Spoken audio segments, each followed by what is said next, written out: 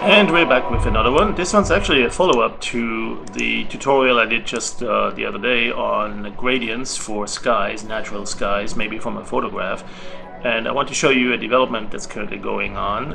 It's a new tool that we call the gradient sucker. So normally when you paint something and you have some colors in there. Now let me do something very loosely here, perhaps a little bit of reds on the side and some yellow.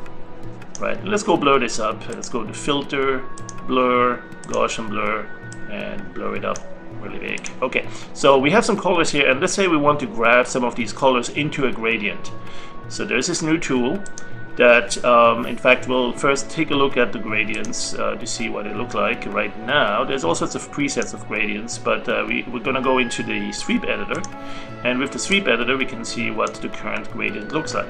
Right? Well, what I want to do is grab some of these colors along a line, and that will map to this gradient line that you see here at the bottom. So let's say we want to work on this spot, or let's stay with the default one, but we have this new tool that we call the gradient sucker, and it basically sucks it up like a vacuum cleaner right along the line. So you can right click here, same thing, you'll see linear gradient sucker tool, and when you do that, when you select that tool, you get to simply say, okay, I'm going to start on the reds and go over here. See the rubber band line here? I'm going to go maybe all the way to the yellow area. Bingo, it now has picked that entire path of color that it encountered there and made that the current gradient. Isn't that cool? So for instance, if you have a picture like this and there are some parts of this picture you really want to pick up as a set of colors in the gradient, what you could do is simply, let's say, load that. So I have this currently in A-front view, Grade Companion tool. I'm going to load it here, Control V to paste it in as a new image. And there you go. And now I'm going to use the sucker tool, the gradient color sucker, and simply say, okay, grab me this top dark color here from the sky and go all the way down to the horizon. And bingo, I got all the colors right there in my gradient. Now I might want to blur them a little bit or smooth them, so you can click this and that will blend them a little bit further.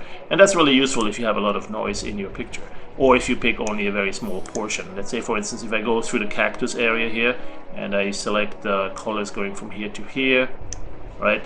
You see mostly greens, but there's a couple of quick alterations of colors along the sky, and maybe you want to blur them a little bit, so you just click and hold this smoothing button, and then that will blur them and blend them even more.